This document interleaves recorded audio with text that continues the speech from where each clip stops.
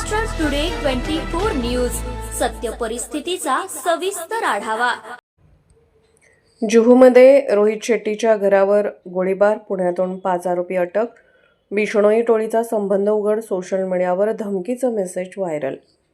बॉलिवूडचे प्रसिद्ध निर्माता दिग्दर्शक रोहित शेट्टी यांच्या जुहू येथील घरावर रविवारी रात्री गोळीबार झाल्याने एकच खळबळ उडाली। गोळीबार करून पुण्याला पळून गेलेल्या शूटरसह 5 जणांना पोलिसांनी अटक केली आहे। सर्व आरोपी पुण्याचे रहिवासी आहेत। त्यांना सोमवारी स्थानिक न्यायालयात हजर केले जाणार आहे। त्यांचा गँगस्टर लॉरेन्स बिश्नोईशी थेट संबंध असल्याचे समजते। 10 मजली इमारतीत रोहित शेट्टी राहतात। रविवारी रात्री या इमारतीत झालेल्या गोळीबारात सुदैवाने कोणीही जखमी झाले नाही।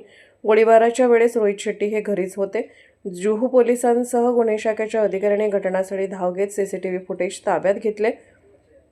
एका फुटेजमध्ये एक अज्ञात व्यक्ती पायी त्यांच्या इमारतीजवळ येताना दिसतो। रोहित शेट्टी यांचा जबाब पोलिसांनी नोंदवला असून त्यांना कुठल्याही संघटित टोळीकडून धमकी आलेली नाही किंवा त्यांच्याकडे खंडणीची मागणी करण्यात आली नसल्याचे ते म्हणाले। घटनास्थळी पोलिसांना 5 रिकाम्या पोंगळ्या सापडल्या, त्या कालिना येथील फॉरेन्सिक प्रयोगशाळेत पाठवण्यात आल्यात। गुन्ह्यातील एक बाईक देखील पोलिसांनी ताब्यात घेतली आहे। याच बाईकवरून शूटर जुहू परिसरात आले असावेत।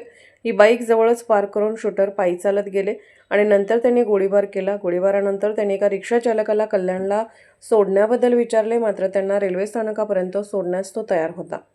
यापूर्वी सिने अभिनेता सलमान खान यांच्या वांद्रे येथील गॅलेक्सी अपार्टमेंटवर असाच गोळीबार झाला होता।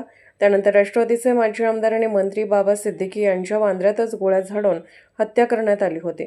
या गोळीबारात शुभम लोणकर मुख्य आरोपी होता। रोहित शेट्टी यांच्या घरावरील गोळीबारातही शुभमचा सहभाग उघडकीस असावा।